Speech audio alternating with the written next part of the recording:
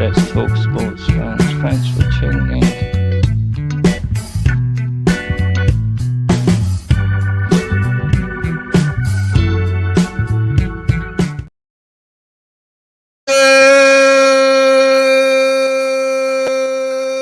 Good evening, everybody. Oh man. I don't know where to start, folks. Well, let's start yesterday afternoon.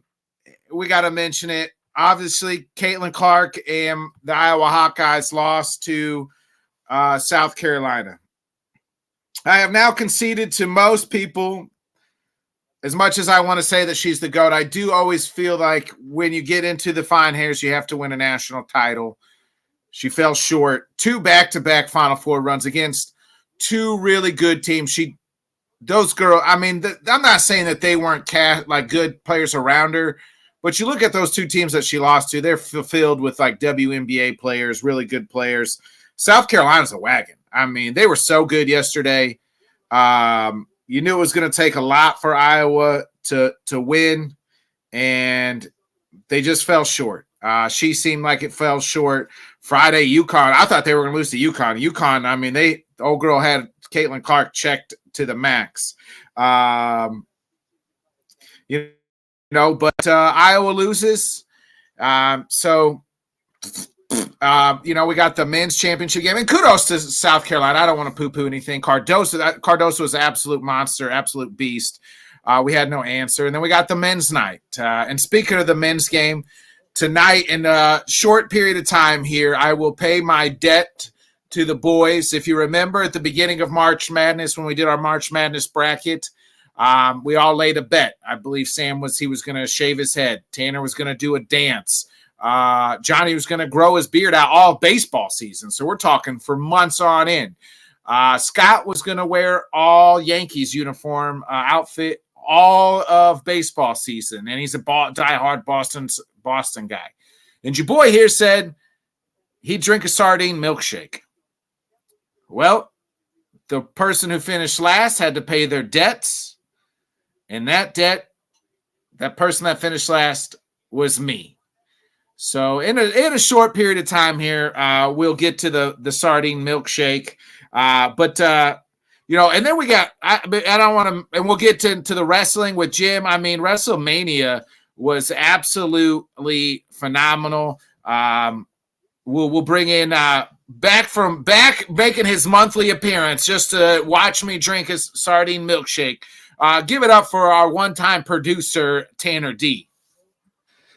Oh man, this is gonna be. My stomach's already hurting thinking about it.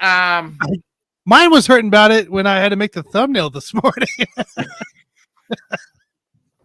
I was like, "This is gonna be so bad." It is. It is. I'm not gonna lie to you. I don't really know what to think. I'm just going to have to do it. The wife's going to come down. I'm going to tell her to message. She's going to help me make the milkshake in a little bit. But I wanted to get through the intros, get everybody's opinion. Tim, you're not a wrestling guy for the most part, but I haven't really followed for quite a while. It's been quite a while since you followed here and here just due to the simple fact of us talking about it with Jim over the last year or so. But you sat down and watched both days of WrestleMania.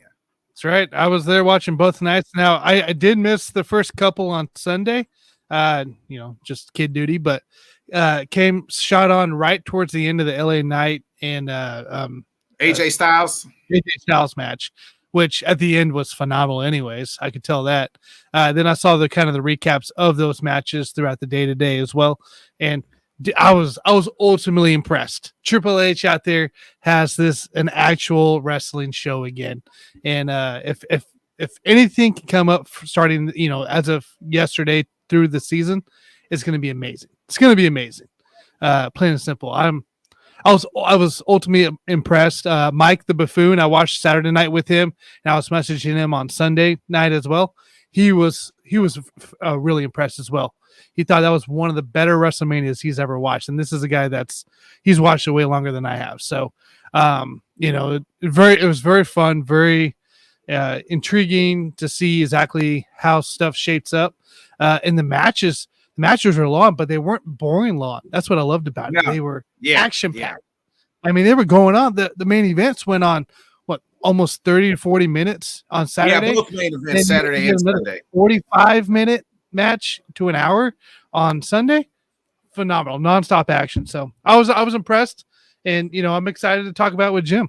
So yeah, March Madness is still happening. Obviously, my Iowa Caitlin Clark lost yesterday.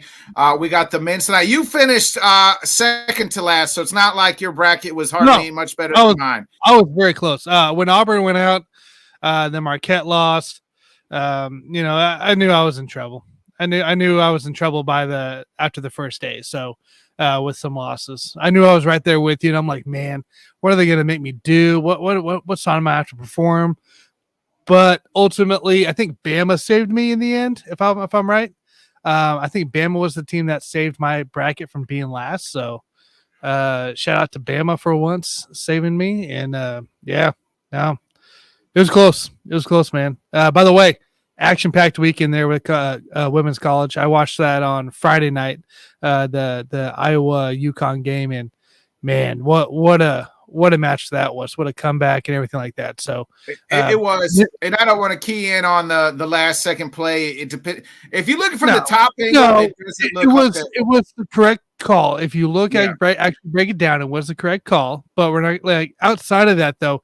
UConn missed plenty of open shots in the third and fourth quarters, where they would hit it in the first and second quarters. So lone opportunities really by both teams to put it away at the end there.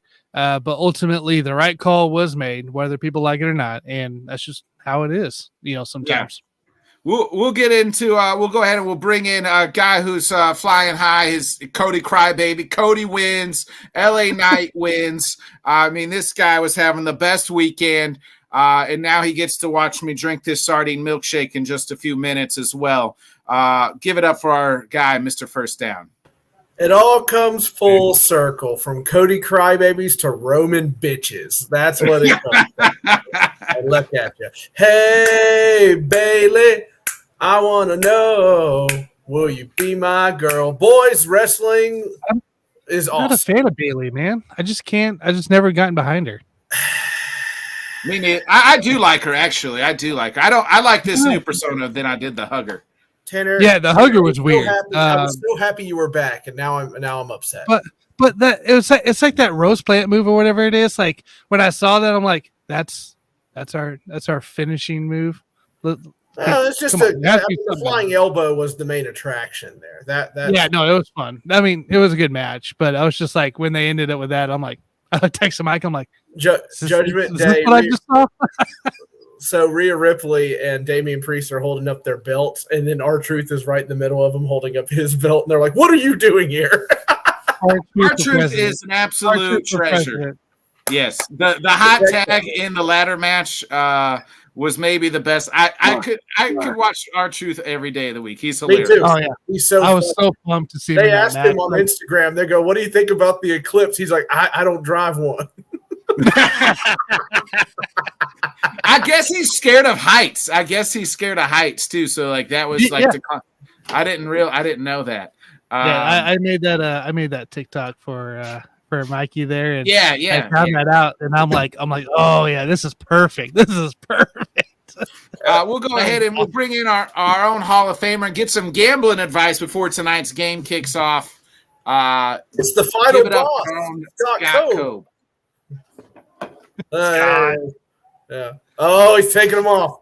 Oh man! Scott, if you smell what the final boss is cooking. Sam, by the way, where's Tiffy time lately? Now you're on Bailey. It's Tiffy time to Bailey. No. I'm just celebrating. I'm just celebrating WrestleMania, man. That's all I'm doing. So tonight they set up WrestleMania 41.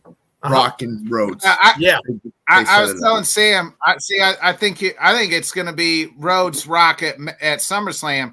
Roman comes back, costs Rock the title at SummerSlam. Sets up Roman versus Rock at 41.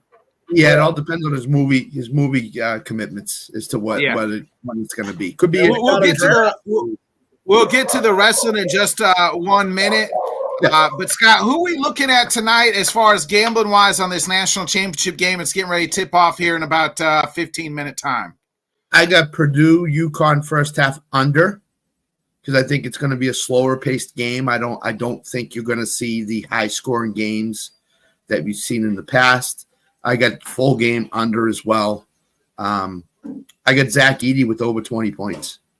What's the total, anyways? The total of the game is 143.5 when I bet it. So I went under.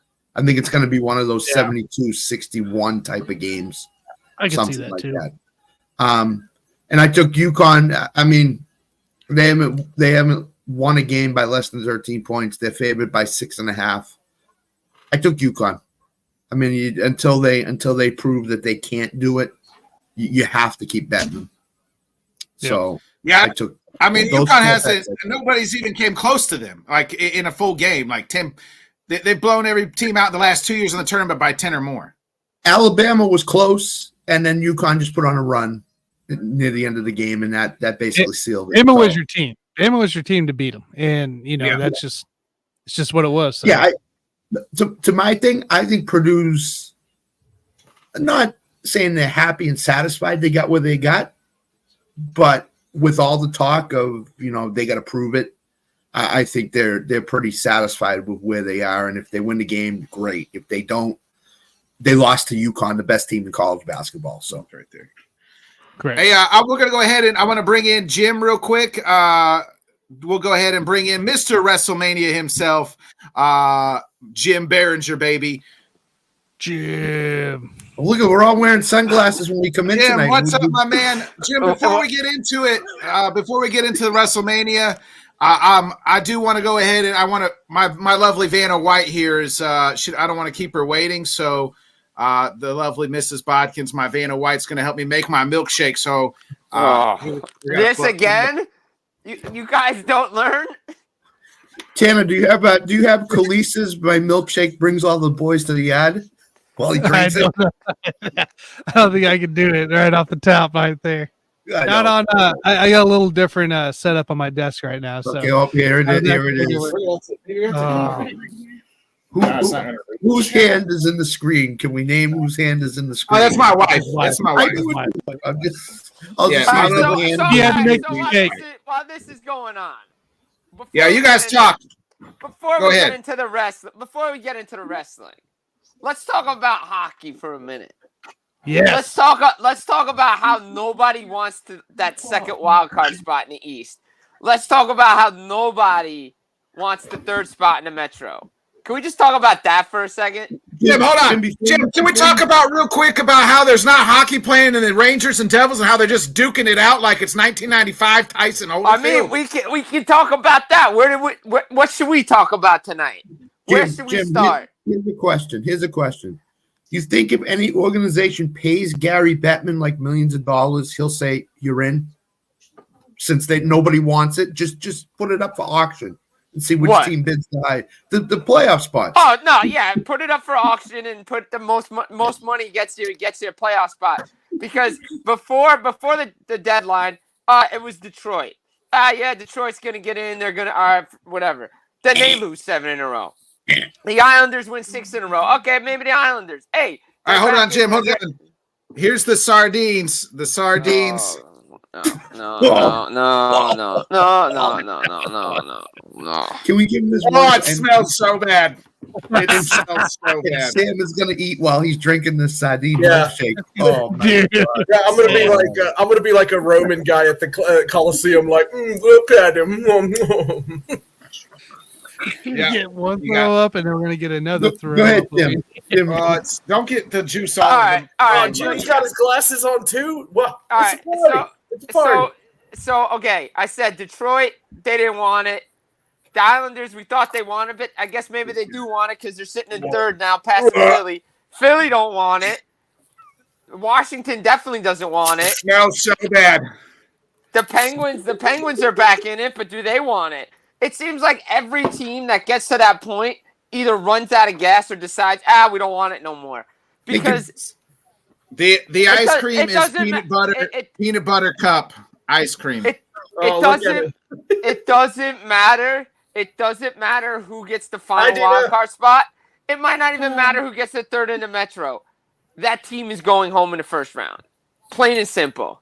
Like so plain not a and repeat of simple. last year. Not a repeat of last year's Stanley Cup Absolutely playoff. no chance. No So- chance. So here's the question: why don't they just shut the East down to the top 4 or 6 seeds and say that's it? That's all we're doing this year. I mean, you guys gotta don't go want it. 7. I mean, you gotta go 7 because Tampa deserves to be in there. So Oh, okay, Damn. 7. We got the milk. 7. I mean, well, you could take the third place out of the Metro, and then you could say Carolina, go play whoever you want. Yeah, I'm But gonna look. put myself on mute while I blend it. Yeah, Okay. please.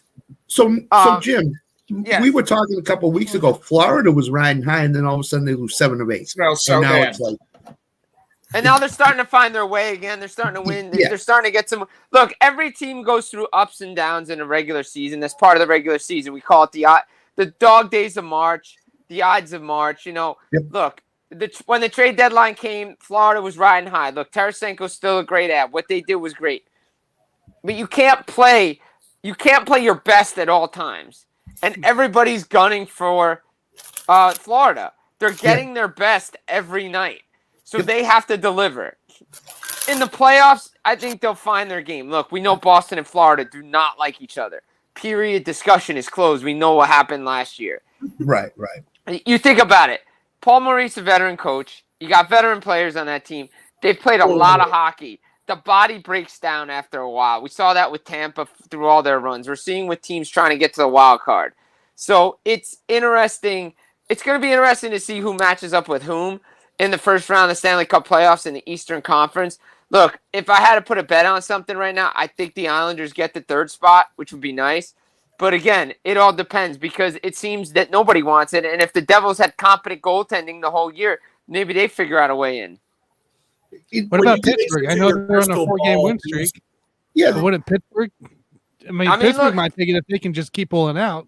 I mean, if Pittsburgh can keep winning, great. But the problem is they don't have tiebreakers over a lot of teams. They're losing right now to Toronto in regulation. They're down 2-1. Austin Matthews, by the way, 65 goals on the season, 5 away from 70. How ridiculous is that? I mean, can Detroit figure out a way to do it? I mean, I think Washington, even though they still have games in hand, they got to win those games in hand. And this is what I want to say off the top. I wrote it on NHLRumors.com. I've done videos. I've tweeted about it. This is the exact reason why you do not need a play-in round in the Stanley Cup playoffs. Tomorrow night, you have Detroit, Washington. Winner is probably going in if you win in regulation. The winner is getting to the Stanley Cup playoffs. The 82 games that you play as a team have to matter. When you can say, oh, well, we don't have to play the rest of them because all we got to do is get to 9-10. Are you telling me, if I look at the Eastern Conference, you're telling me Philly, Washington, Pittsburgh, whoever misses deserves to be in the Stanley Cup playoffs? Come on. It's got to be earned. Are you guys ready? Before I ask you the next question, we'll let Nick do what he's going to do because I could tell his face is about ready to get sick. Every now and then I get a little bit lonely. It smells so bad in here. You got my door open and catch me to run outside. It reminds me of some females I might have been with a time or two in my life. Not this one. Whoa, TMI, baby, TMI. No, man, let him preach. He's cooking. Let him cook. Ah!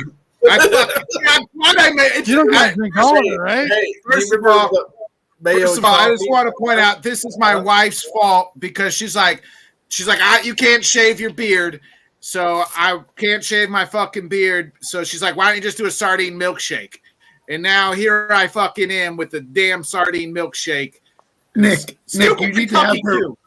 Nick, you need to have her on camera and have her be drinking this with you if she suggested it for you. I'm She's gonna put it got a out look for on her face, right for shaking your it. boy. Hell no. Here we go. Here we go. Right for your boy. Oh, Oh God! Are we watching Fear Factor? Feels like we're watching Fear Factor. It is Fear Factor, right? Oh! The bad part, the last part of this part of the sardine, I could taste it. Oh, that's I could disgusting. taste it. Oh, Jim, when you All look right. at your crystal ball, do you see the I Preds? got in the half playoffs? left. Hold on, I'm gonna finish it, boys. I'm gonna finish her. Yeah, to Sam's question, the Nashville question first, then I got one for you too. I didn't hear the Nashville question because somebody interrupted him. Oh!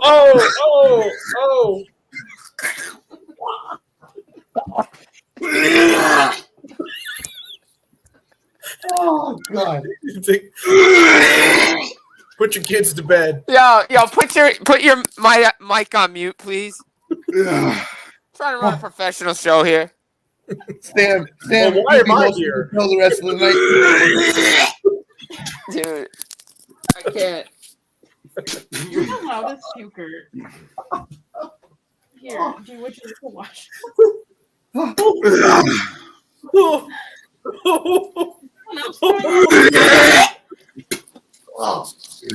you make someone else? I'm gonna mute him. This is awful. I'm good. I'm all right, boys. All I'm right. good. So Jim, I was asking if you gaze into your crystal ball, where do you see the Preds? Are they in the playoffs? They're only a point away now from actually locking up the playoff spot. Do I gotta finish this? No, you're done. Please Nick. don't. You're Please set. don't. You're set. Please I'll don't. finish it. I'm a man of my No. word. No, No, Put it is. your mic coffee. on mute, please. I got him. There we go. Thank you. What I was gonna say is, look, I saw them last night in Jersey. Well, half of one eye was on the game, and the rest of my eyes were on WrestleMania. I'm not. But look, from what I've seen from Nashville this year, they look really good. Look, they're a team that's going to be a threat. And wow, yeah, I predicted that on Raw. We'll get to that in a minute. But as for Nashville, look, they got the goaltending, they got the team, they got the belief. Andrew Burnett's got this team playing the right way. Barry Trout's got character guys in the room. That's what he wanted to establish from the beginning. Yeah, I see all these quotes from all these writers that got him and said what they needed. I said it from the beginning that they needed to get character guys. That's why Duchesne's not there. That's why guys like Johansson aren't there. The young guys are starting to play the right way. Andrew Burnett's got this team believing. They got that feel. Ryan O'Reilly's there. It's unbelievable. So, Jim, let me ask you something. The East question. Do you see any of these teams at all possibly going on some sort of run like Florida did last year? Going to be hard to do, to be honest. I mean, it's possible. Maybe Tampa. Maybe Tampa. Maybe Tampa is able to do it. But other than that, I mean, it's hard to see one of these wild card teams going because I just don't think they have the tools. I think they're just, I will say if the Islanders get in the third, maybe because, but again, Carolina gives them trouble. If they get past it, you have the Rangers. So it's going to be really, really tough. I just don't see Detroit doing it. I really don't see these teams doing it because they just don't have the goaltending to do it. I think Florida, you could see signs of it because Florida was coming and they were consistently good. Teams are too up and down right now in the East. I just don't see it. That's why I see like teams like LA, Vegas, Nashville doing that in the West. Darry, you all right? I'm okay. I'm okay. I had to get out to the tree out here for a minute and just get some cool You air. don't need to throw up. I was like, man, that was so nasty.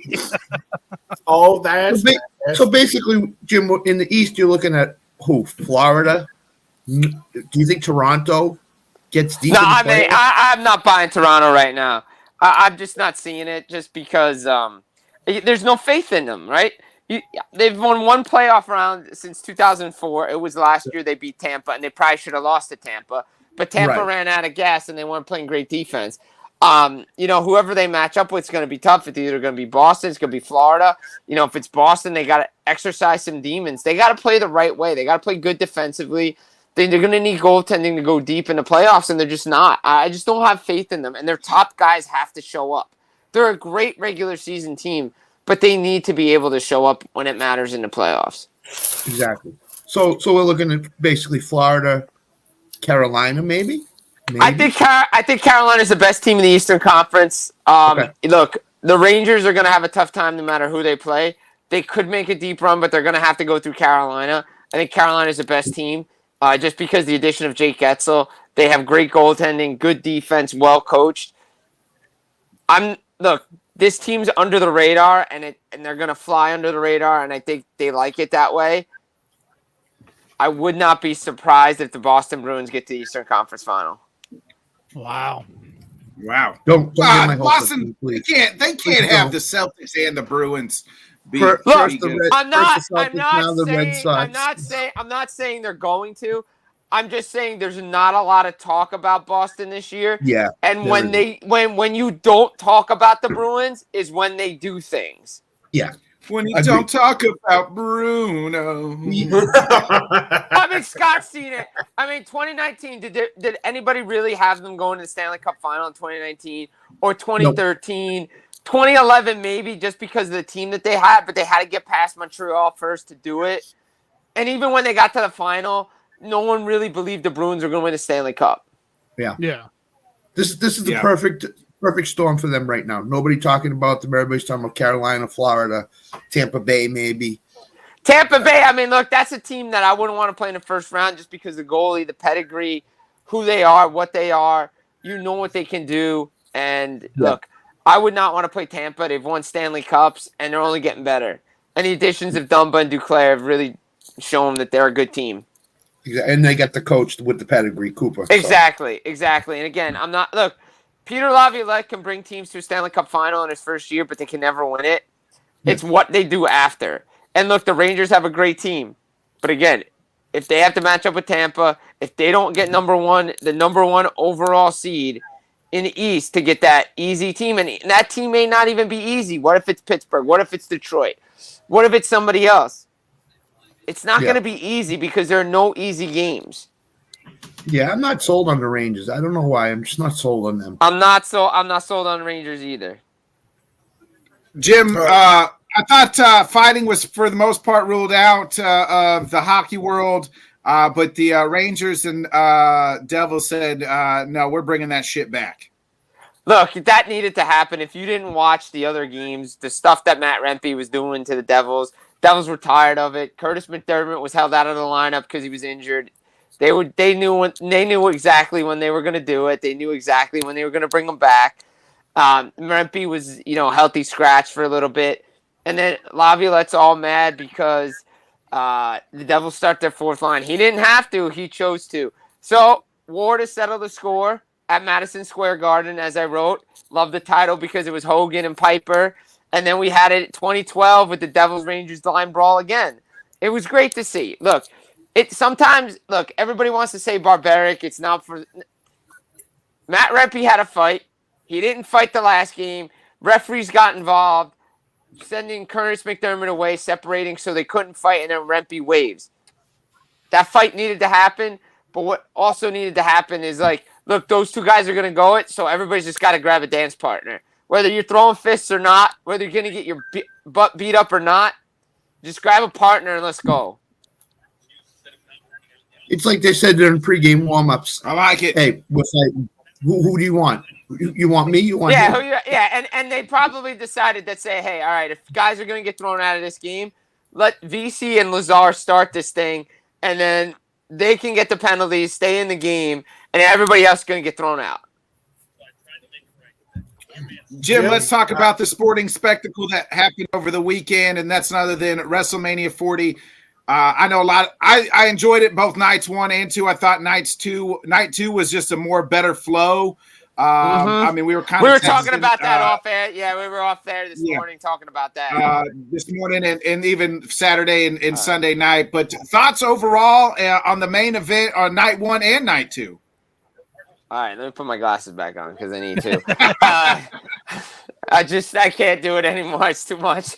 But look, WrestleMania night 2. If you say, okay, if I can rank WrestleManias just by nights, I think night 2, WrestleMania 40 up there with some of the best WrestleManias of all, that I think are the best, 18, 17, just give me that as a pay-per-view overall. It comes down a notch just because there's 2 nights and Saturday was not that good. The main event of Saturday was really good. The opener was good, but there was just too much fill and the pace of the card was not good.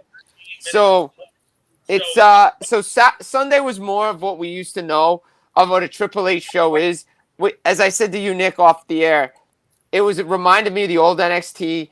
Give me 4 or 5 banger matches, pace it perfectly, and everything happened. And it was a perfect ending to a great show on Sunday night. It's probably one of the best finishes to a WrestleMania in a long time. And good for Cody for winning, because it was the right call. So I know what I'm thinking is what I'm thinking is Austin was plan A. They couldn't get him, so they went Taker because he was in the area. Yeah. You agree? Or you think that? That's what I was going to say. I think we're all in agreement. We wanted Stone Cold instead of Taker. We wanted the music, man. Crack the music. Yeah, I mean, look, I think I like how like people are playing it up too. If you read into it, like Roman beat Undertaker at WrestleMania, Rock and Undertaker have some history, so I could see that being played into it. It would have been awesome to see Austin there. Maybe they're saving it for something else because they want to do another match between Rock and Austin because we just got to have more of that. But I don't think so. It would be cool. But I like the way the match played out because the interference was perfect. Everybody knew it was coming, but it did not help the babyface win the title. Like, that's the most important thing. Cody still won the title without outside interference. The guys that helped Cody took away the heels. Then it came down to Roman's ego. What was more important to him? Settling an old score or winning the championship? His pettiness, somebody who's very petty and holds grudges for a long time, that'll come back to get you every once in a while. Right. Yes, absolutely. Just a little bit. That's how we know wrestling's fake, Nick, and we don't pay for our pettiness. How genius was it to have him come in as a Shield, though? That was great. Music, That was looking great. at the crowd. I was That texting Nick and everybody. I was like, could this just be like a weird D'Ambrose, like just appearance out of nowhere? Because I didn't think of anything of him coming in and just all of a sudden just gets caught left-handed by Roman. I was like, damn, that was so close, but it was genius. I thought. Yes. Oh, I loved it. Seth was in the ring for no more than 4 seconds, and Roman Reigns cold cocked him. And that was for him. It was made to look like a geek. Yeah. Jim. So we have Damian Priest finally cashing in. That was great. I love that whole segment. That was fantastic. That was a great match. But let's be honest. How long is he holding that belt for, realistically? Maybe. I mean, I don't know. Maybe to Glasgow. Maybe to Clash at the Castle. Mm-hmm. It all depends on who wins the Fatal 4-Way, right? Like, because there's a Fatal 4-Way number 1 contenders. Mm-hmm. You would think Drew's going to win it, but maybe CM Punk screws him again. So one of the two for the Punk SmackDown. and McIntyre feud. I've enjoyed it, and now Punk's getting his payback for all the stuff. Oh, it's great because if you watch the build up to Seth and Drew, they said, okay, Drew kept talking about, oh, you're busy with something else. You're busy with something else. You're all you do is you're not focused on me. Well, when the time came to celebrate, have his moment, he made it about CM Punk. And CM Punk took his moment away from him, and Drew McIntyre loses the title. Damian Priest cashes in, and Punk, is there to cheer on because, well, he's CM Punk and he does what he wants. So are we all in full agreement that the Damian Priest title is going to SmackDown because Cody has 5 billion reasons to stay on Raw because of the Netflix deal? Yeah. I mean, it all depends on what they want to do, but I think so. I think Judgment Day's. I think Priest is going SmackDown. I think they just debuted his new theme song for him, so I have a feeling there's a breakup coming in Judgment Day pretty soon. Yeah, I think so. I hope so. Yeah, I think Finn Balor's going to screw Damian, and Damian's going to do something, and that's going to be it. He'll be out. Well, it's set up for Damian to screw up Finn because he's got the title now. He's got the ego. Now he can capitalize on that and go separate ways. So yeah, I think you're going to see Finn normally what WWE does anyway. Yeah, pretty soon. I think the draft's at the end of the month. When's the show in France? Yeah. Scotland. middle It's of- in Scotland, ain't it? It's in No, Scotland. there's it's in France. No, Backlash it's in is France. first. Oh, Backlash Battle is of first. the We Yes. talked about it last night on the post Yeah. press All right, so conference. Backlash is until May 4th. So the draft is at the end of April, right before my birthday. So They're I gonna mean, start. They're I gonna would start having think draft after season. everything at Backlash, that's when you like split the roster officially. But again, I want to see what Triple H's draft looks like because we've had this before, and then it's meaningless a couple of months later. Yeah. He did say on the post press conference, on the post WrestleMania press conference last night, that there is a lot of new things that are in the works that they're talking about with Nick Khan and him and It's Rock because it's and- great. Look, the original draft when it was established in 2002, Yeah. when you had Raw and you had SmackDown, and again, the title could go to both shows, and it was really good because you got Undertaker had matches with Jeff Hardy. You had that great triple threat that was underrated at Vengeance, where Rock won. That led to the whole Hollywood Rock against Brock at SummerSlam. And then they had to bring back the World Heavyweight title. Like, that was good. You established the SmackDown 6. Like, all that stuff was really good. I hope we get back to it because it hasn't really mattered anymore. No, it and I think hasn't. I think Triple H is going to make it matter again. I do Yeah, and I too, don't Jim. think you can put Cody. I don't think you can spread Cody out too thin. I think you got to kind of. He's been going hard for the last 7 months, 8 months, whatever. Yeah, I mean, I think he's been on 2 shows. He's been on SmackDown. He's been on Raw. He's been doing a ton of stuff. I think you got to put him on one show, keep him there for now, and then. Yep. What do you feel is next for Gunther? Is Sami Zayn and him going to feud for a second, and then he goes after somebody else? Or I think it's Cody. I think it's Cody. I think Cody's the title for him. I don't know if he's going to ask for a rematch for the title. I doubt it. But I think he's going for Cody's belt. Before we get they're going to set up challengers because we got Rock and Cody. So I mean, it was set up beautifully tonight. The Rock needs to remember that in 2013 he established that title the way it looks. So he has held that belt before. Gonna point that out. And I wish they would have debuted the Winged Eagle tonight because I'm just great. I would too. Are we, But Jim? maybe there was. Are we surprised Go they ahead. ended both Gunther and Roman Reigns' tenure on the same weekend? I'm surprised more on Gunther because I really didn't think Sami Zayn was gonna have a shot at this. So He But Sami looked a little rough that match too. He was like his fake punches were way off, and I don't know. Well, that was the point. That was the point. It was a Rocky story, right? No chance he gets a champion. No chance. He's like the Ivan Drago. No chance, and then he wins, right? He gets the title. He gets his moment. It's good for Sammy. I don't know how long he's going to keep the belt. Yeah, I don't know how long he's going to keep the belt. Maybe Chad Gable beats him for the title. But look, Chad says you owe him one. The only thing I didn't like about Sammy, and I told you this, Jim, the commentary acted like Sammy had never won a damn thing in his life. Look at the kid. He's so old. Look, can we just talk about the commentary for the weekend? I don't know if Pat McAfee was high. I don't know if he was. He was. Oh yeah. I don't know if he was missing his lines, but he made Art Donovan from the 1994 King of the Ring look good. So, I mean, I love that. There was nuggets he dropped for me that were hilarious. But again, he was good, but I think he was off a little bit. He was a little off. It just didn't flow from what. But the thing is, you had 2 heels working with Michael Cole. You got to go back to 2-man booth. It's either Corey Graves or it's Pat McAfee. It can't be both guys with Cole because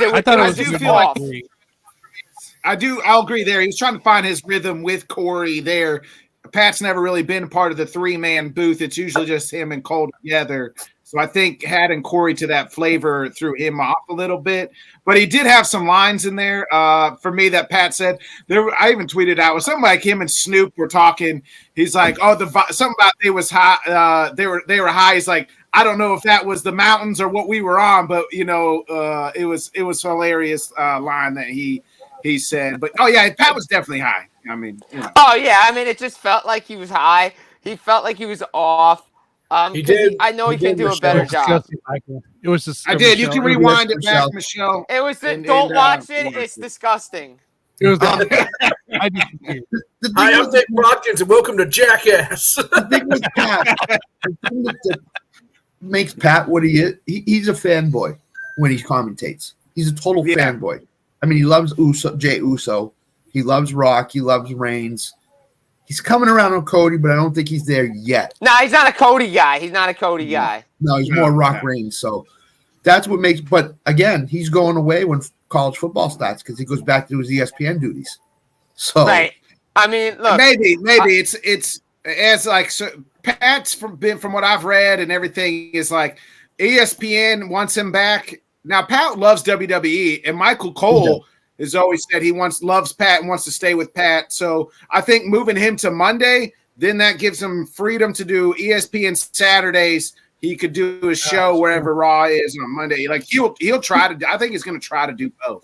Hunter and Michael Graves Cole. is a play-by-play guy. Yikes. I love Corey Graves. The problem is, again, like I said, it's a 3-man booth. When Pat returned that first time and Graves or Cole were working together, it worked. For some reason over this weekend, it just didn't work for some. I don't know if they were off a little bit. Something was off between all three of them. Yeah, I agree. I thought so too. Yes, I haven't watched WWE for a while since last WrestleMania, really, but it just seemed all three of them just seemed off. Like they were just making random comments at random times, and it wasn't even it felt it Yeah, wasn't there even was, part of what's going on in the match. Who was it? Oh, they mentioned somebody. It's the code breaker. Like there was somebody did the code breaker and there was real dead silence. It's like they didn't know whether they should mention Jericho or not mention Jericho. Yeah, exactly. You know what I mean? It's like I think they part of Oh, that is by the way, did you get to see him? Did you see what CM Punk did? No, He did an So Instagram what- photo of the. No, besides that, did Okay. you see I had to rewind it and I was like, wait a minute, did he do something that the Young Bucks do? And he went like this after he threw McIntyre down, he went to the camera. Oh yeah. Yeah. He threw a little shade back their way. Mhm. Oh, by the Yeah. way, can I just say when Windy City Showdown happens for New Japan, Jack Perry better have security and like an armed guard bringing him in and out of that building because he will not survive in Chicago. He will not survive. And No, he if won't. and He look, won't. I know CM Punk will not be there. He lives in Chicago, but it doesn't matter. He could just show up to the building and let him in. Do I mean- we I think mean- that event is going to be under attended because of the Jack Perry factor? I don't know. I mean, look, again, Nah. that's just me, like just my pro wrestling in me to say. No, if I I agree. was doing it, I would hype it up to where Jack Perry's returning to Chicago. Like I would be like marketing the hell out of this thing. I mean, Punk may also say, "I'm not wasting my time with a guy like him." No, I don't think so. Like, cause he really hasn't. Like, he came out with his thing and he said what he said. And look, we're gonna find out Wednesday if the footage they show is real or not. So, like, I have a feeling Yeah. some of It's it's I have a feeling it's doctored, but whatever. Where are they going with Damian Priest now? You think? I mean, look, I think he's going to definitely get a title run. I think, again, there's a fatal 4-way match tonight to determine the number one contender for the new world championship. Again, if we both think he's going to SmackDown, there's a lot of openings there for guys that, deserve some shots. Got Orton, you got KO, you got Styles, you got LA Knight. Big win for him on Sunday. That was huge. So there's a lot of options for him.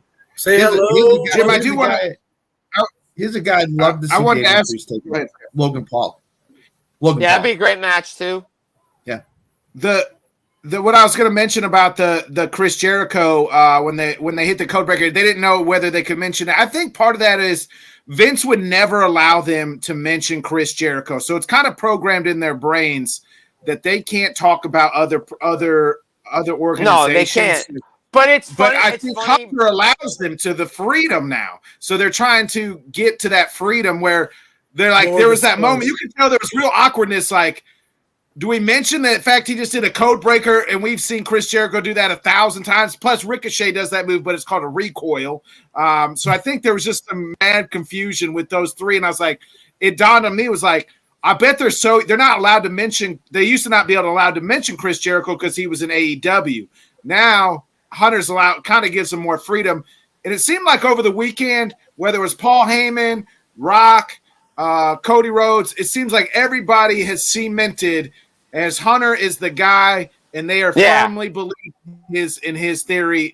This was, I think, got to give Hunter his flowers for. This was the first Mania with no man influence at all, and killed it. Look, Hunter killed it. Cody even said it. New era. It's Triple H era. Great to see Stephanie back. I know he's made from those inside. He's made going to work fun again. He's made pro wrestling fun again. They're calling it pro wrestling. It's not sports entertainment. It's pro wrestling. Like, they're doing things the right way. Remember, Triple H is a student of the business, and he understands, and he gets it. And I think he's got the right people with him now. And there's a new production value. Look, people want to talk about, comparing things. Don't compare anything. We know what WWE is. It's the best in the business at whatever they do. They put on a great show this weekend. That's what it's all about. Look, tonight, you see it early on. Raw after Mania. Crowd's hot. Crowd's chanting, Rocky sucks. Shut the F up. Like, they're hijacking the show like it used to be. It is a new era in pro wrestling in WWE where it's Triple H knows what to do. He's not an out-of-touch old billionaire. Jim, before we get before you get him out of here, one thing. First of all, I love the Rock press conference after WrestleMania Saturday night. It was the real Rock, and you got an inside look at what's going on in his brain. That's number one. Number two, Rock needs to make a decision here because behind the scenes, he acts like a face. When he's out on the camera, he acts like Rock, the final boss. So they need to sit down with him and say, Rock, you need to make a decision. If you're going to go back to face again, we're fine with that, but you need to act like that. If you're going to be the final boss, when you do the press conference, when you do all that stuff, you need to kind of act a little like that. And right now, he's shading both sides of the line because he says to Cody, I'm coming back after you tonight on camera. But if you interview him off of the arena, he'll be the regular Rock, and he'll be the baby. No, he's no, and I see what he's doing. Right, he's the final boss on camera, but he's Dwayne Johnson off camera, and that's how he's always been. If you've watched The Rock from the beginning, when he started going to movies, he was Dwayne Johnson, and then he was The Rock. Yep. And now, and the final bosses, the Nation, corporate, Hollywood Rock, like all wrapped into one. And I'm glad to see it. I am too. Jim, we'll just kind of go around the room real quick. Give me your best thing about Mania and the worst thing about Mania this weekend. I think best thing about Mania's got to be the finish. I mean, if you could put it all in one, I think WrestleMania Sunday is the best thing about Mania this year. I think everything top to bottom, including the finish, the climax, everything was perfect. On Sunday, I thought Sunday was great. Worst thing about Mania, the brother versus brother match. No, the Jimmy and Jey Uso was the most disappointing match of the weekend. Could have had a chance to steal the card. Could have stole the weekend. They didn't. Again, Brett and Owen opened the show at WrestleMania 10. They killed it. No sibling match has ever answered that, but those guys know how to wrestle. But again, I think WrestleMania Sunday was the best. Sam? wrap up our WrestleMania coverage. Best and worst thing. I mean, my wife is not a wrestling fan, and she was sitting up there for WrestleMania on Sunday and enjoying it. Like that's the power that it absolutely has. But I mean, you've said it before, Nick. Like it takes you back. It takes you back to when you were a kid again. And like when I heard that Undertaker bell toll, I mean, instant goosebumps. My wife and I. How could you not mark out with that? Like, and like you heard it, and you're just like, oh man, Taker. Yeah. Now I would have put him in the trench coat and the hat, but that's just me. He won't go back there. He won't go back. He won't go back won't go there. back He's there. American He's American badass again.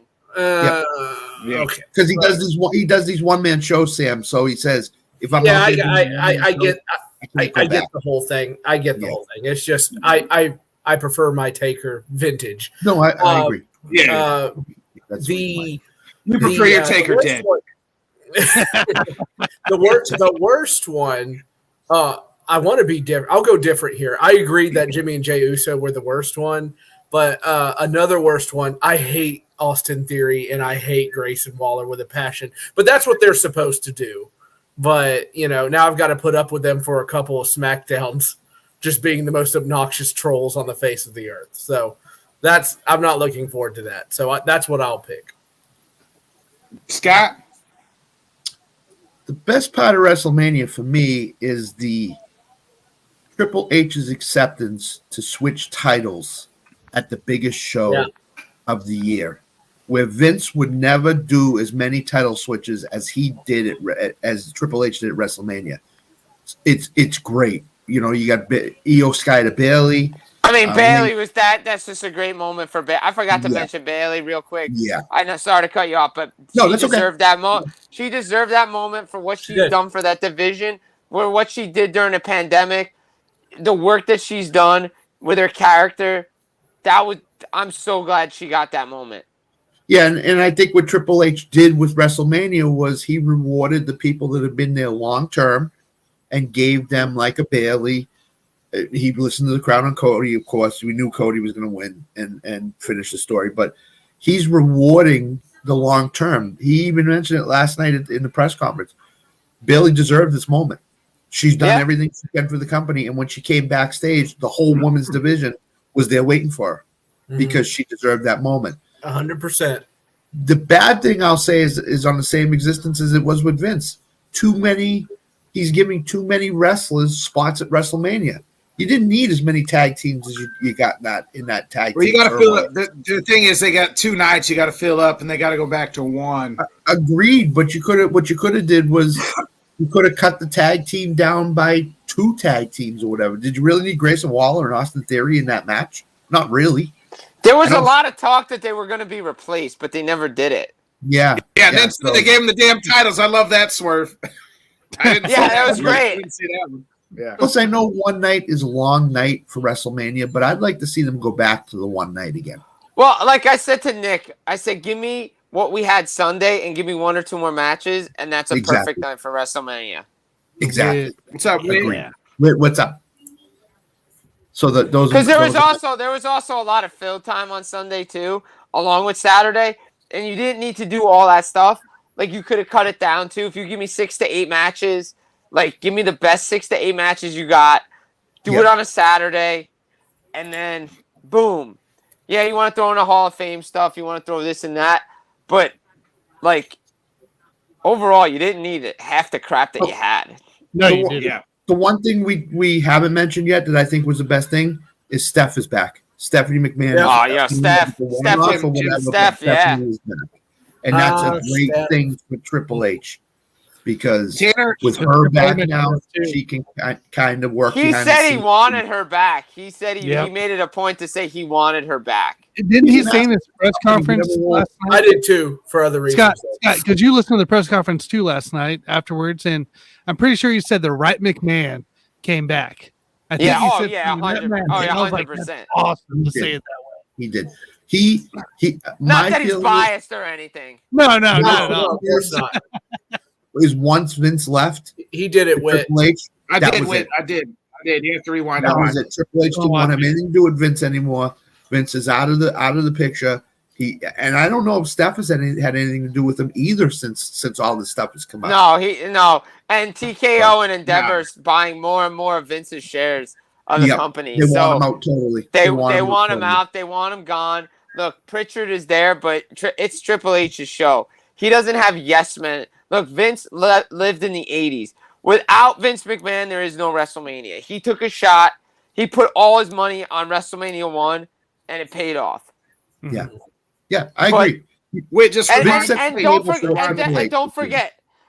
forget, he did early on make it a point to have title changes and this and that and give the fans what they wanted, but he also fell back on a lot of stuff. Look, like I said, I'm never gonna be I'm always gonna wear my Bret Hart, fandom on my sleeve. But you're telling me after WrestleMania 10, you couldn't have had Bret and Owen tear the house down at WrestleMania 11 for the WWF Championship? Like, Bret Hart should have got a 2-year title reign from 94 to 96. And, Yoko should have had his moment. You didn't need to bring Hogan back. But again, he relied on the old guys because he never developed, but he always went back to Bret. You're going to see Hunter. You just saw it tonight on Raw. Ilya Dragunov's up. Like, all these NXT guys are going to show up. Mm-hmm. He's going to establish new stars now and not just rely on the same guys over and over again. And he's going to know when to use them. Yeah, and I think if I don't know if I'm wrong on this, I might be, but I think if Vince was running it, Reigns would not have lost last night. That was 100%. 100%. He wouldn't have lost. Yeah. That's Vince's boy. So, Tanner, real quick, you're I don't know because Hogan. I don't know because Hogan was Vince's boy. Yeah, that's true. Tanner, real quick, your best and worst parts of WrestleMania. Obviously, the result was awesome of that final one on Sunday. It was a blast to see The Rock come out, Undertaker be right there, come out. I really enjoyed the KO, Randy Orton, Logan Paul. I believe it's Logan Paul, right? I get the right Paul. I enjoyed that 3-way match out there. First they started beating up on him, but KO looks amazing nowadays. Just from what I've seen in the past, I remember him running around the ring and stuff, but his high flying abilities out there were phenomenal yesterday. Really enjoyed that match there. The thing I was probably most disappointed on was the tag team ladder match on Saturday. I loved R-Truth. Don't get me wrong. I loved R-Truth getting up there and getting it and doing his funny bits. I love every minute.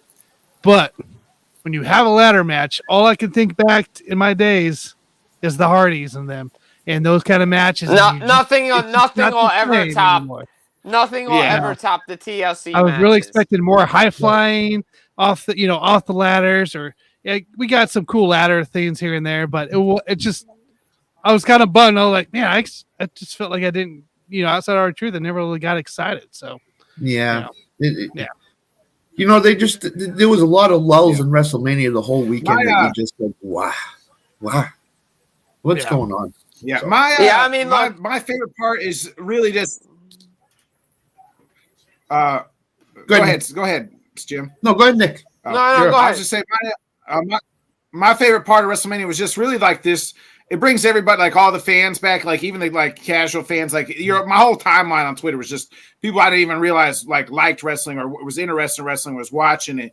That really enjoyed it. And even in some of the matches I didn't think I needed, I enjoyed the Andrade Rey Mysterio when they were on top of each other and they did a body flew through the air and that way.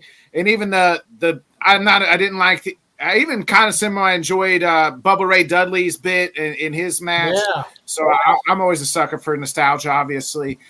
The worst part is I hate the stadiums. I love the small arenas. Like tonight's Raw to me is more raucous than any point in time of WrestleMania. I get why they go to the stadium shows, but to me, from a standpoint from watching it on TV, it's not as loud. It's not as crazy. You don't quite feel the energy as much as you do when it's a smaller arena. I know they'll never go back to it, but if you go back and watch those old Manias, you know what I'm thinking, and the crowds are going nuts, it's because it's smaller. Even in Square Garden, you know what I mean? All right, so I was there, WrestleMania 10 and 20. He's absolutely right.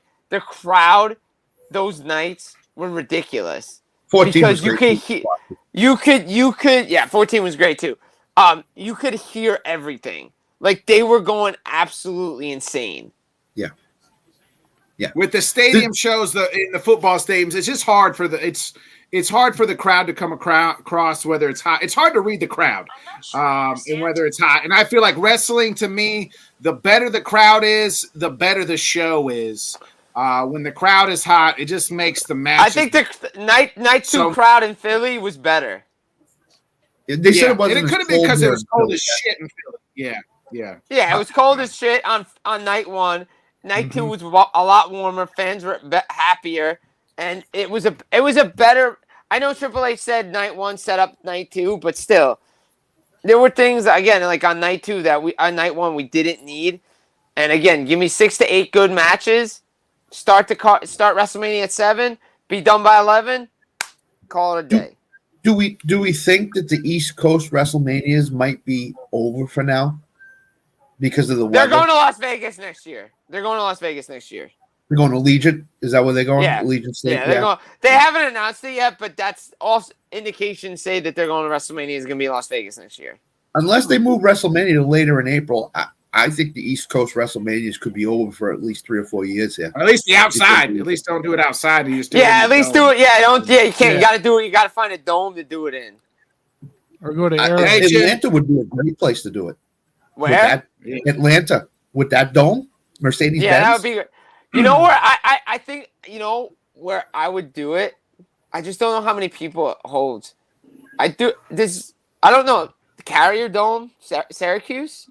That could hold like 90 grand. That can hold 90,000. That would be cool, right? Yeah, that would be great. That would be great. Yeah. That would be a great spot for WrestleMania. Yeah. Oh, I guess with the floor, it'd probably be closer to 9, maybe because it's 49,000. Because they'll put the seats on the floor and then the floor. So 49,000 capacity, and then you add in maybe the floor, so maybe you get another 20. So you're 60? According to what I saw tonight, I think the Jumbotron is gone. I think that's one of the changes they're making. I think the Jumbotron is now gone because it's not there tonight. At least I didn't see it. No, no, it's that's right. It's not there. It's not there. Yeah, it's not there. It's not there.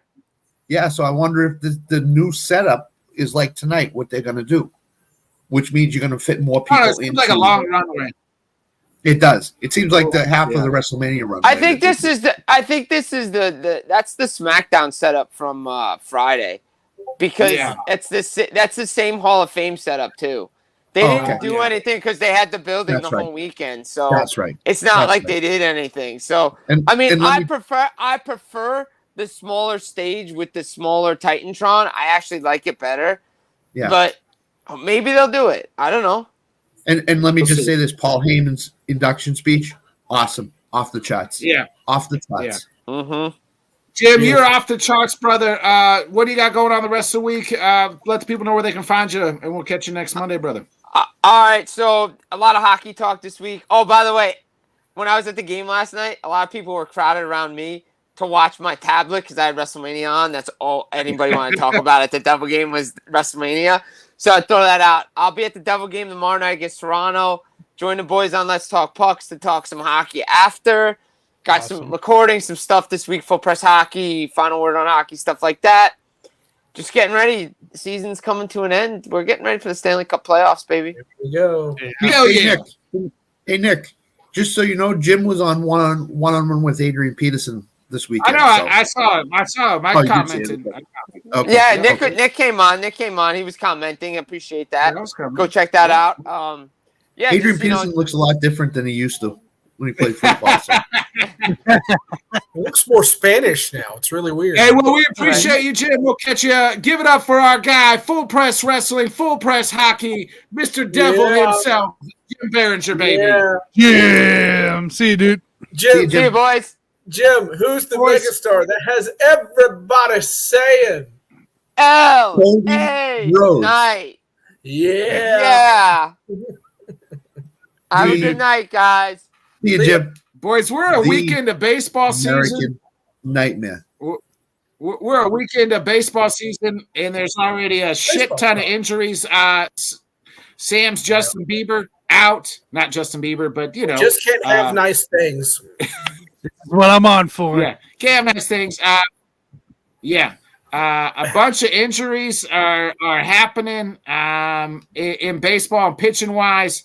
To a guy, I mean, really, if I thought about one person I know that knows more about pitching injuries, it would be a guy who dealt with some pitching injuries so much in his life that his dad taught him how to pitch left-handed.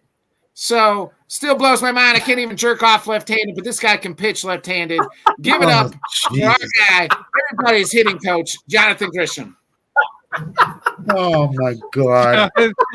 Oh. John, see you Wednesday night at the baseball show, John. Have a good night.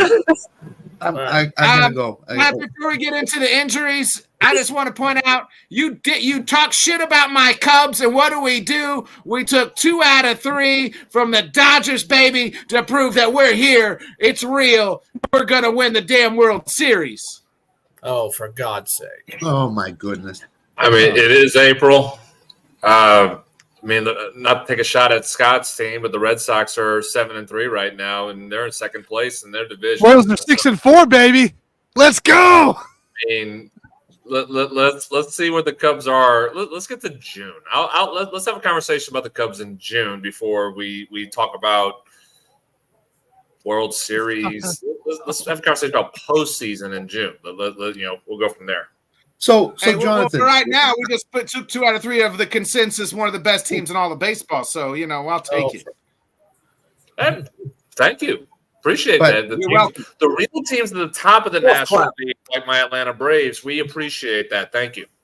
By the way, before I say it, my first half under in the basketball game, cash it, hit, boom, done. 36. 36-30 was 69.5. It's 66. So that cash. Hell yeah. I had said in the baseball chat with me, Alan, and Jonathan, and the Braves are very vulnerable until they figure it out. If they figure this out, because I from what I understand, Smith Schaub is not going to come up right away. They're gonna take their time with him. The National League better figure this out, because if the Braves keep mashing the way they are, and Jonathan said that in the chat, and I agree with him on the offense. But if they can figure out the pitching and Chris Sale can dial back Chris Sale of old tenure, what teams don't want to play the Braves? And Sale has looked good so far in 2 starts. He has looked good. Again, he hadn't gone 6 full innings yet, but limiting the mistakes. He's attacking his zone really right now. So I've been impressed with Chris Sale. Charlie Morton had a decent start tonight, gave up a couple home runs. So you're correct, Scott. And I wasn't trying to dismiss what you were saying. No, I know you weren't. There is a concern because, again, Fried does not pitch really well right now. That's the other thing. And what I liked about what Max Fried said after his last start was he's holding himself accountable. He says, I've not been good. I have not been to my normal self. I have to be better because my teammates keep bailing me out, and that's hurting us as a team. So I believe we'll see the real Max Fried here pretty soon. Yeah. We got to figure out who's going to replace Spencer Strider in his turn here as well, and that's going to be the hard part. Is figuring out that side of it. Could you make a trade when it comes down to it in June, July? Yeah, and Alex Anthopoulos is one of the best GMs to figure that part out too. We saw that in 2021 when Ronald Acuna went down with the ACL injury. He brings in 4 outfielders to basically platoon and rotate, and you're able to go win a World Series. So there's moves to be made, but there's no panic in Atlanta right now. And again, the bullpen, despite tonight, and then we've kind of given up a couple shots here against the Mets tonight. Despite the bullpen has been absolutely fantastic, and the offense continues to score runs at a high pace. They have not missed a beat from last season to this season. So, yes, there is a concern for the Braves at the moment with their starting pitching, but I'm not in panic mode right now. I want to give it some time for them to make some moves and see. And again, Smith Shawver he will get a chance to get called up. We'll probably see Bryce Elder. Ian Anderson, who had Tommy John last year, he may get a chance to come back this year. There's some arms in the minors that have major league experience, and they have the opportunity to get their number called and try to figure it out and eat some innings for the Braves moving forward the rest of the first half. What do you attribute the arm injuries to, John? Oh, hold on, Scott. I was going to ask that question, but I want to get Witt's answer here. He wanted to know, Jonathan, when you're either batting or pitching, what song you got going on to pump you up? So I had a handful. I changed my walk-up songs every year when I played. So I didn't have the same one. It was more of I had a feeling of. I grew up a Lil Wayne fan, being from New Orleans, so I had a lot of Lil Wayne songs. I'm trying to remember which one I had. It was "Forever" by Drake, and Lil Wayne was one of my walk-up songs. Yeah. There was a Lil Wayne and Eminem song I had for one season. So it really just Drop the World. That's Drop the World. Yes, Drop the World was the song that I had for one of my walk-up. It just depends. So it really depends on that year, where I was mentally, and how I felt about what I was doing going to that. I changed. I had a lot of teammates that kept the same song every year. That was not me. I had to change it up a little bit just based off of where my mindset was going into the season. So they scratched Brownba today with an arm injury. I think it's an arm injury, the elbow. What do you attribute all this to? The last week it's been pitcher after pitcher. It's Bieber, your guy Strider, and then Sam's guy Bieber. The injury list tonight. Yeah, a lot of them Cole. Yeah, Cole. A lot of them are saying it's the pitch clock. Do you agree? So I do agree to an extent because again, the pitch clock is still new. So we don't have enough data to really base off of where we're at with these injuries. I agree that there was and I think I sent it to you guys a couple of days ago. The quote from Spencer Strider saying that there's a lack of recovery time in between innings for pitchers. And that is true. With the game actually going faster, 2.5 hours. From what they're used to, yeah, it is. Versus a 3 hour. Again, we used to have 3 hour and 15 minutes, 3 hour and 20 minute ball games, man. And so we cut it not only by 30 minutes, but it's really 35, 40, 45 minute times that, and obviously, Scott being a Yankee, being a Red Sox fan and watching Yankees Red Sox, it was a 4 hour ball game. Yeah, it was. So it was. Could you attribute where we're at in the injuries with pitching based off of the pitch clock and the games going by faster and the lack of recovery time? Yes. I'm hesitant to fully say that because I want to see more data. I know we've had a lot of an increase in the last couple of years, the pitch clock being implemented to where we are today.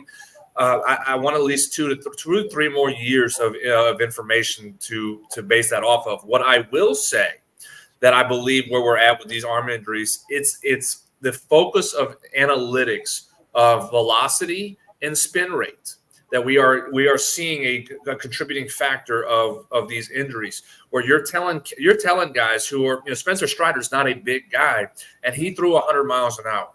The body can only take so much stress and tension from a pitching motion, a throwing motion, that before the arm blows up. I.e., look what happened to Matt Harvey. I mean, the New York Mets had a pitching staff that all their arms blew up. Matt Harvey, Noah Syndergaard, Jacob deGrom, Steven Matz, they all had their arms at one point or another blow up because they were told, you need to throw harder, you need to have the spin rate higher, you need to be able to do this and that. The body can only take so much of that, and there are exceptions to the rule. But even the exceptions have issues with the increase of spin rate.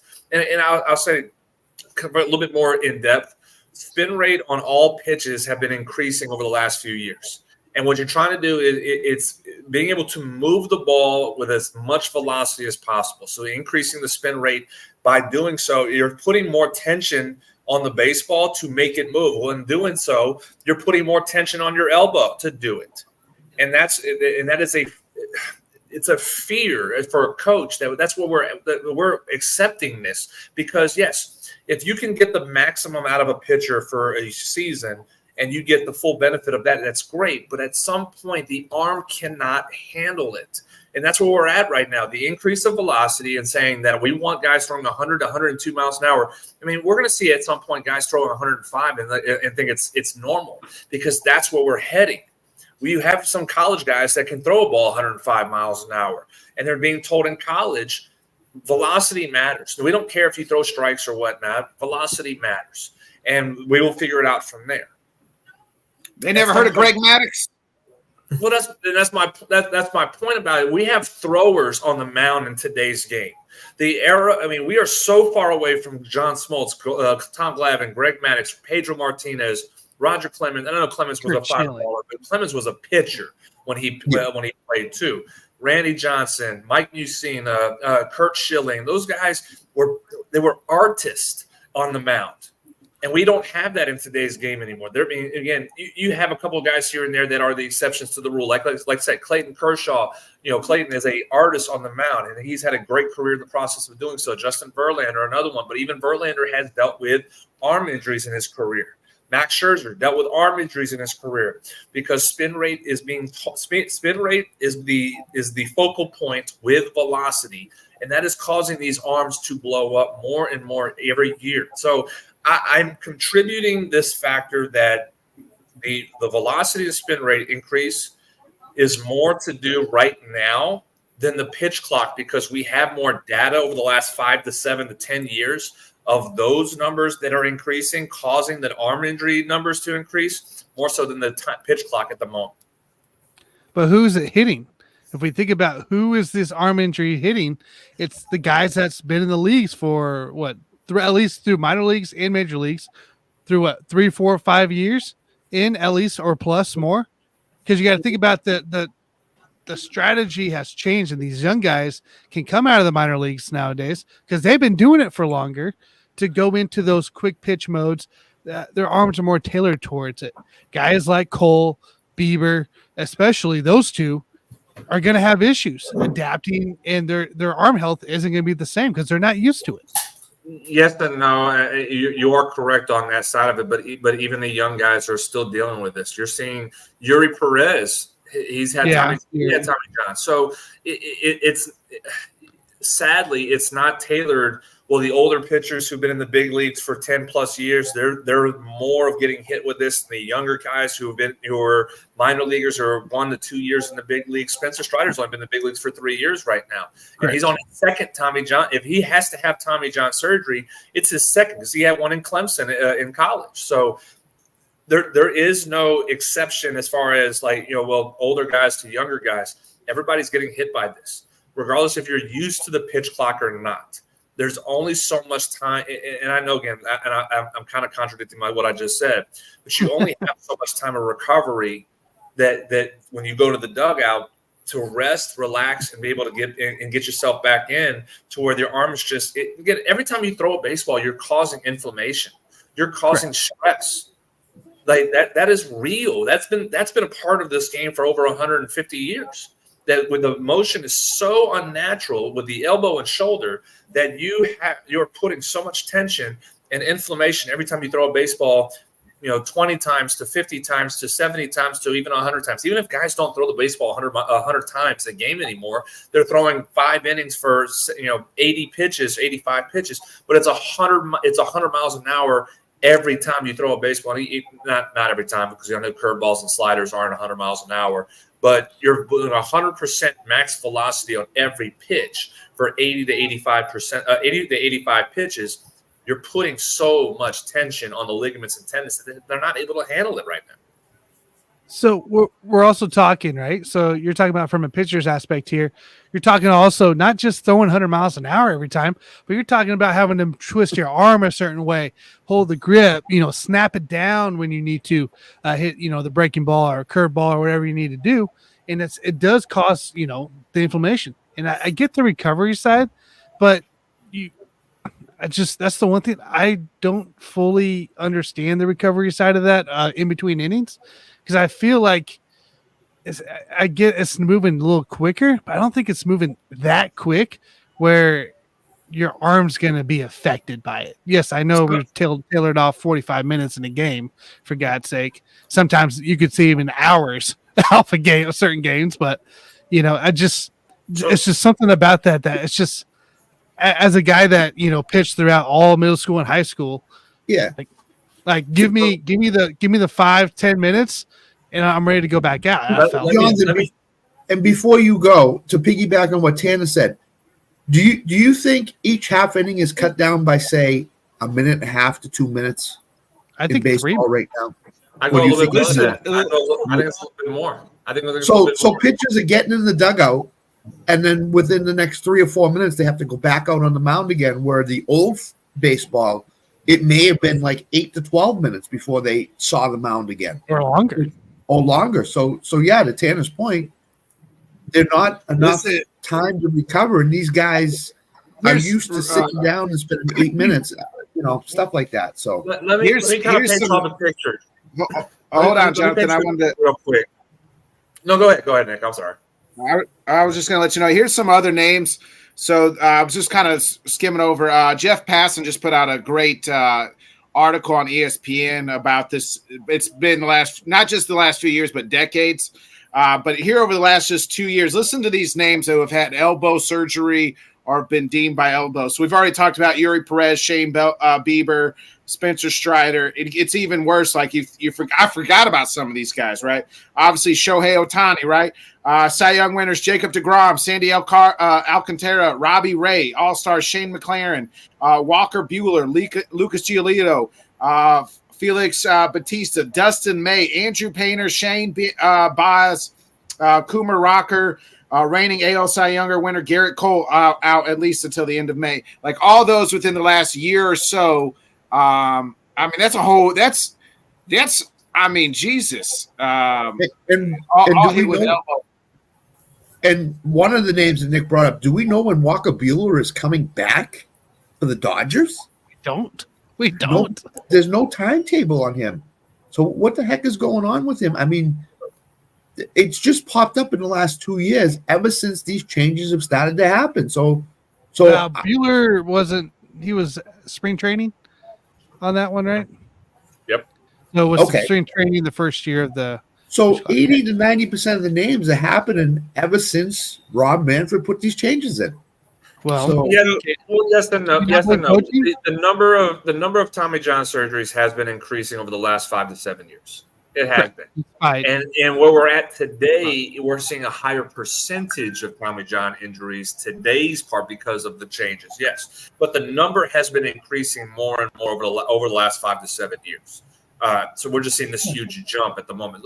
So like I said, let me paint y'all the picture as far as kind of give y'all a perspective of why I say that the rest time in the dugout compared to where we like today versus where it was 10 years ago. If I were to ask y'all to do a sprint, 100-meter sprint, and you get a 1 minute break.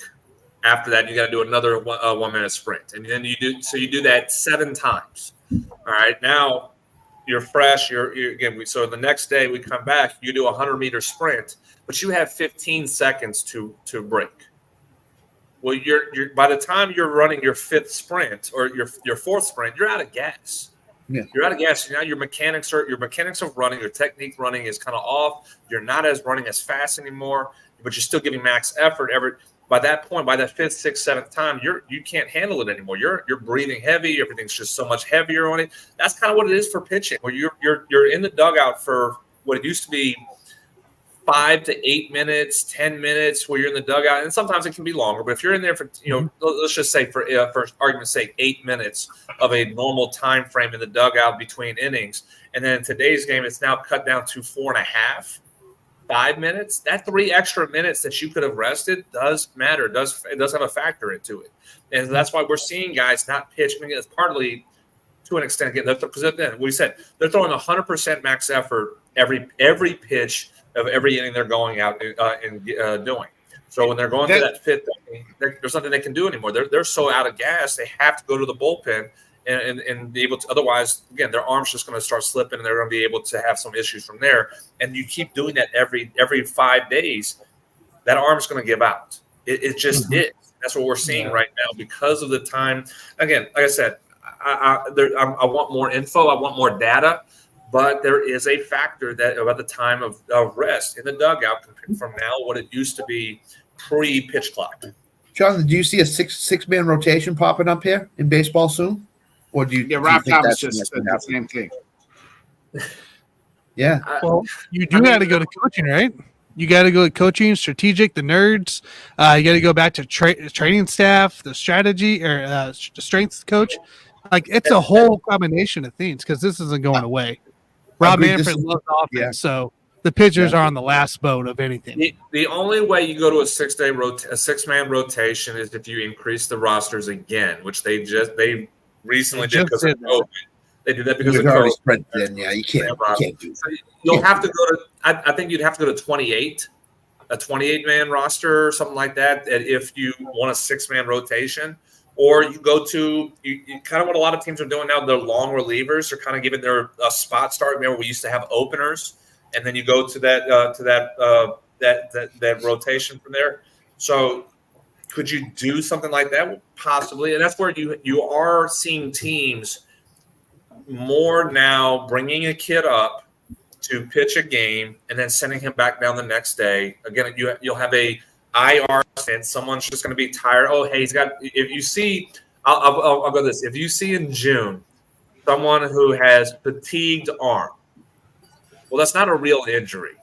They're just letting him skip a start or two, and then they're going to call up a kid to pitch, and then the next day he gets sent back down to AAA, and they skip that guy's start from there. So that you'll see that more, I think, this year, in the next couple of years, which – knowing how Rob Manfred and Major League Baseball's office they're going to make them say, "Oh, you can't do that anymore. You can't put a guy on the IL because of fatigue. You're going to have to keep him on there unless there's a real injury." Blah blah blah blah blah blah. But that's what a lot of teams are doing now is that they'll pick a pitcher who has eaten a lot of innings. He may need a little bit of a rest. They put him on the IL. And he'll miss. He'll be on the IL for 10 to 15 days. 2 starts usually. Get a kid up from AAA. Get a spot start, and they send him back down the next night after he pitches. Yeah. It's all about offensive game. In that same Jet Passon article that he mentioned the same thing that you said. It's just that pitchers are going out there giving max effort, pitching 100 miles an hour every time, and it's like a ticking time bomb for their elbow. They have to, though. Well, that's you have to. You don't have to, though. Greg Maddox never threw 100 days. No, Nick. I know we're going to go back to Greg Maddox, Randy Johnson, Kurt Schilling, blah blah blah. The hitting game's changed since then. Okay, well, I get that too. The technology to it, like you're looking at a total difference from back when those guys are going. And Jonathan, you might experience some of it. With the off season at maybe different area or colleges or clinics or wherever, like my brother does as well. And it's just the different technology.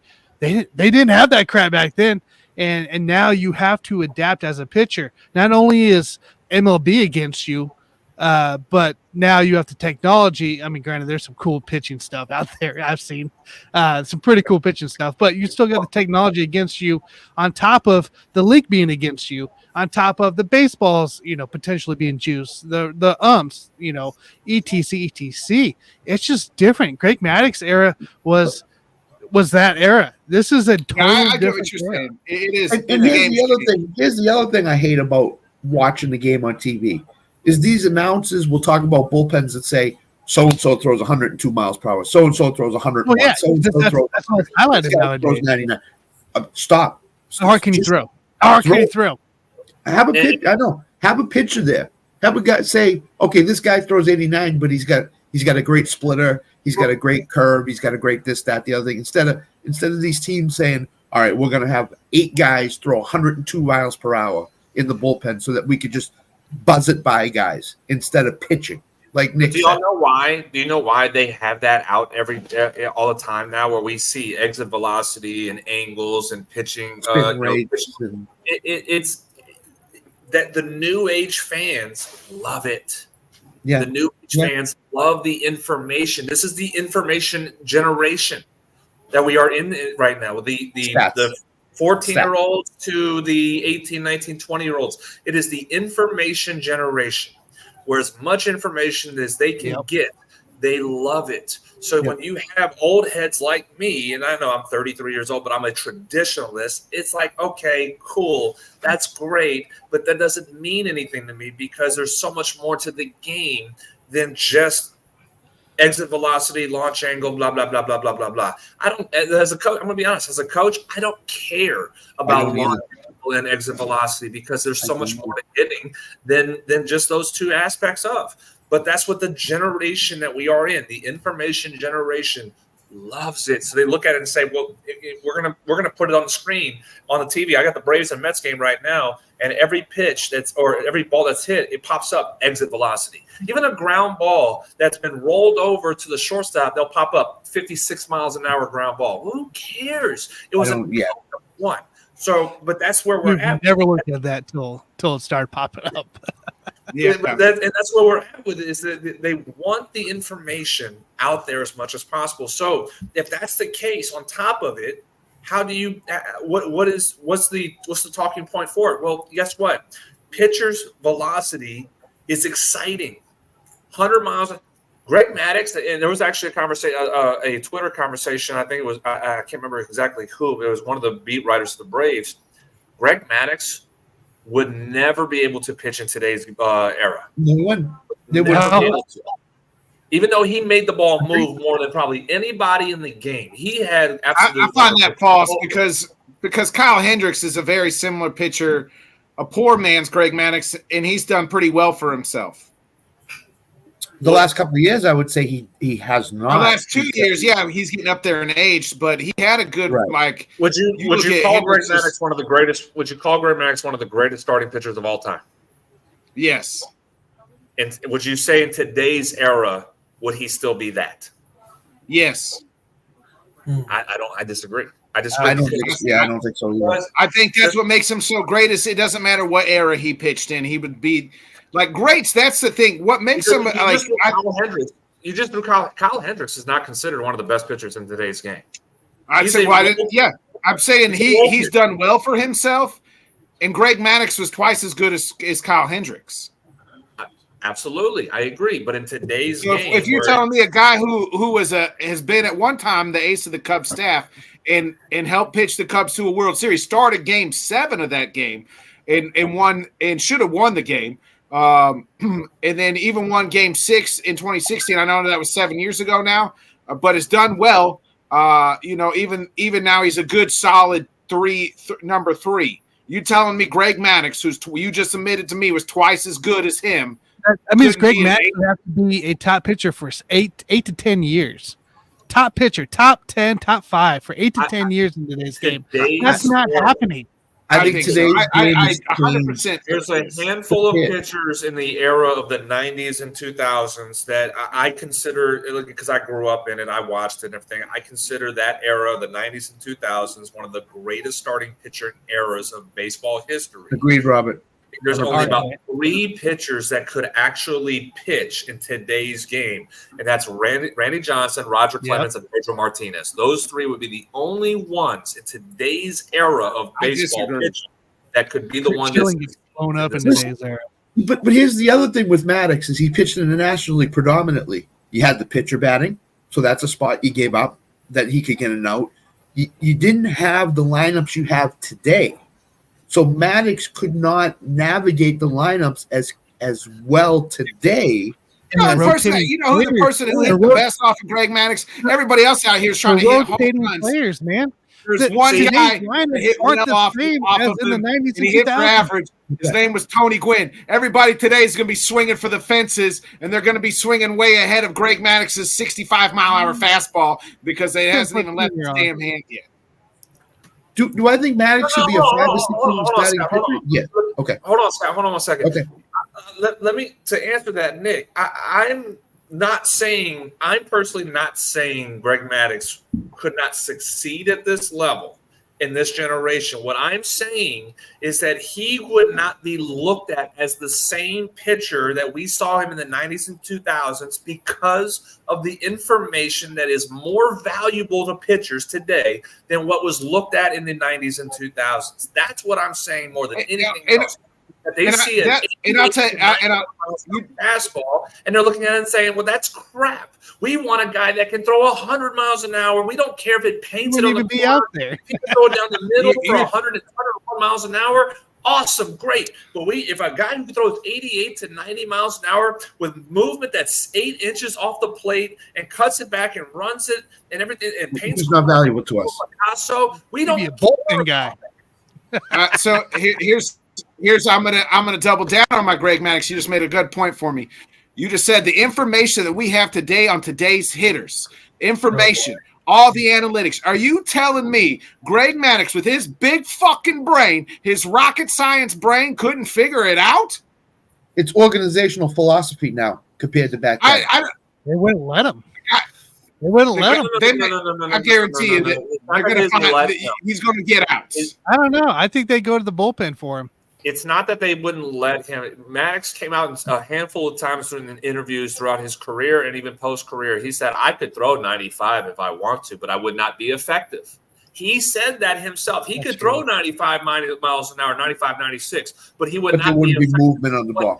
Great. And that was moving the ball at 88 to 91 miles an hour, making that ball move 8 inches off the plate, running it in and moving all over. That's what made him effective. He said it himself, throwing 95 would not make him the pitcher that he was in his era, in his time frame. So if that's the case, well, we're looking at it and saying 100 miles an hour pitchers, 95 to 97 to 100 miles an hour pitchers is the generation that we are seeing today. And Maddux himself even said 95 miles an hour would make me average. That's his words. And I'll find that. I'm more than happy to find that interview because that he came out and said he would be average throwing 95 to 96 miles an hour. He could do it. He said he could, but that was not what not what made him best. And I think in today's era, what I'm saying, teams and scouts would look at Maddux in today's era and say, you're not as great as you should be because of what we look for in pitchers in today's game. It's organizational philosophy with a lot of these organizations. I get that point, but I'm making the argument that if he was on a team, he would still be just as dominant as he was. I would disagree. I think he would win 10 to 12 games every year.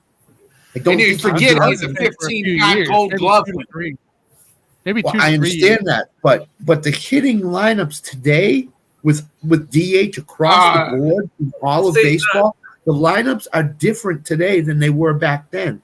There were 3 or 4 spots in every lineup almost that you could say, that's an out. That's an out. That's an out. Well, juice and juice. So guess what? You can't. I don't know. Things are different today than they are back then, than they were 10 years ago in baseball. Could he pitch with the pitch clock? That's another thing. We don't know that. Could he adapt with the pitch clock? That was you, Robert.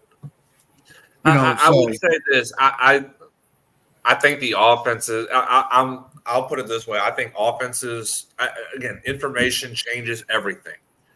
But my goodness, there was a lot of great hitters and a lot of really good hitters in the 90s and early 2000s. There was a lot of them. And so, I know it's comparing apples and oranges to eras where we're at because, again, that was the steroid era. We're talking MJ, LeBron on NBA shows, for God's sakes. Two different eras. Correct. But, I mean, you talk about power numbers of what we see in today's game. They were doing it back then, too, and they were batting over 300 in the process of doing it. Frank Thomas hit 40 to 50 home runs and was batting 340. Ken Griffey Jr. Hitting 50 home runs and batting 330. Sosa hitting 60 and batting 320. That was an era of hitting that we will never see again, where the power and the batting average that was combined together. We will never see it again in baseball. I don't believe we ever will. We will have exceptions to the rule here and there, but not almost 15. You can name 15 hitters in 1998 that were batting 300 and hit 30 home runs. that's not going to happen again. Kind of more about the pitching than anything. It feels like, you know. But again, we just talked about it wasn't that bad. It was great pitching. It was great pitching in 1998, and you had great hitting too. So, like I said, apples and oranges, talking about eras and whatnot, but in the information today versus the lack thereof of back then. But my goodness, there's so much you can sit back and appreciate. That's the best thing about it is you appreciate the eras of what we saw in that time frame to where we are today. But again, like I said, to the point, I love Greg Maddux. I mimicked myself when I pitched after Greg Maddux. I was not a hard thrower when I pitched, but I had the accuracy where I could make that ball bend and move and go all over the place, hit corners, throw a baseball through a Cheerio. That's what I learned from, and it was that kind of style. So I love Greg Maddux. I'm not trying to say bash him or anything like that, but I do think the real sounds like it to me. I'm the only true Greg Maddux guy on this team. I am a Greg Maddux guy. By the way, UConn's about ready to put Purdue away in this game. Yeah, 45-34. Yeah, 47-34 now. So yeah, they're about to put Purdue away. They're running circles on them, literally circles. This is what they do. Jonathan, hold on a second. I got a question. I've waited. I've been a good boy. The Guardians stink. The Guardians stink now. They stink now. They stink now. Right, no hold on. Bieber. Let me mute Scott real quick so I can get a question. So it's just Maddie put money on people winning the Cy Young, Sam. So it's all right. I did. That's fine. He told us about it 3 days later. Gone. I have a. I'm sorry, Sam. It's all right. I have a dream. It's not a big dream. It's a little dream. My dream that I hope you don't find too crazy is that we would actually have a pitcher, a great pitcher, not just go down with the injury or whatever. But this team is getting on base, and they're making things happen. Yes, I know they're against bad teams, but this Guardians team seems a little more, inspired as opposed to last year. Can they do anything to kind of salvage this? Because I can't see McKenzie go out there and pitch anymore. It hurts my heart. It makes me very sad. We had 95-year-old Terry Francona as their manager, so they weren't inspired because he was on Geritol all the time. Let's have a little bit more respect for Tito, man. I love Tito. Tito. Yeah, Scott, you're not letting him bash Tito. He gave you a World Series. He gave me 3. Never mind. A handful. 3. He gave a handful. Two. I'll say the offense is going to carry, much like the Braves right now. They're in a very similar position. Much like the Braves right now, the Guardians' offense is going to have to carry this team to at least figure out how do they replace Bieber. That's a hard question to ask because they're not in the same situation as the Braves, where you have depth in your minor league system, where you have 4 guys.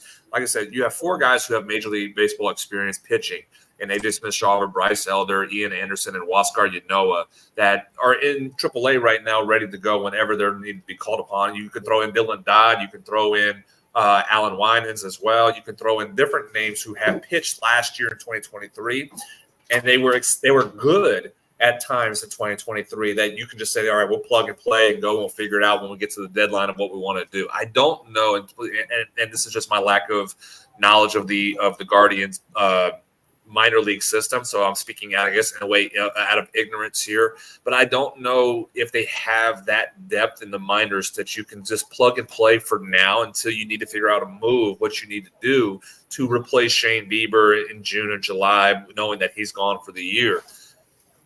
You're going to have to ride Tristan McKenzie right now. You're going to have to Tanner Bibby is going to have to be able to do a job for you. Logan Allen, these are guys going to have to step up. We'll talk about the Braves. Chris Sale, Charlie Morton, they're going to be having to step up. Max Fried are going to have to step up. Now, those are 3 good names to trust and do. The Guardians don't have that, and that concerns me. But again, their offense is supposed to be good enough to handle, at least for short term right now, be able to score runs and win you some games. And that's kind of what they're doing. And you're right. It's against pretty bad teams. And I know Minnesota, they were able to take 2 wins against Minnesota. Minnesota was a playoff team last year. We just don't know how they're going to be in 2024. Mariners, potential playoff team. The White Sox right now, they're the only ones that are not really a playoff team, they should be able to beat up on them. So they're doing what they're supposed to do right now early on in the season. But let's see what happens later on. You got Boston coming up. You have Atlanta coming up later in April. You have the Astros, Tigers coming in May. So let's see as we get going through the spring and see how they are from there. If they're still able to score runs and be able to at least stay in games for their pitching, I can see them making, at least making things a little bit stressful for the Twins and Tigers in the Central. But for right now, again, it's a little bit early, but they're doing what they're supposed to be doing, at least until they can figure out how they move forward without Bieber the rest of the season. Hey, Jonathan, I just want to know when Ronald Acuna is going to hit a home run, please. I could use a home run out of Ronald Acuna because this has gone a little bit longer than I would like for him. That zero home runs.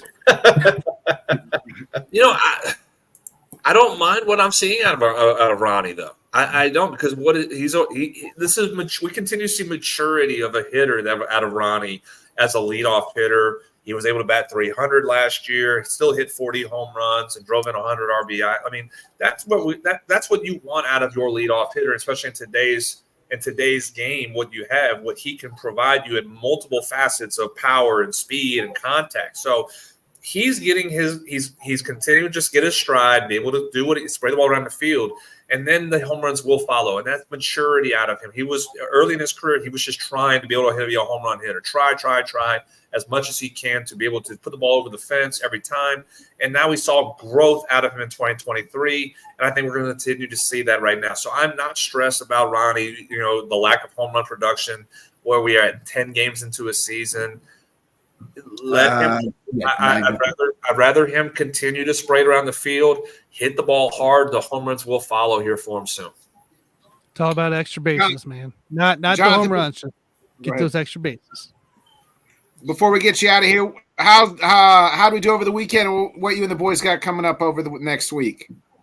Yeah, so we were able to take 2 of 3 this weekend in conference, which keeps us in the top part of Arkansas division. We are a half a game behind.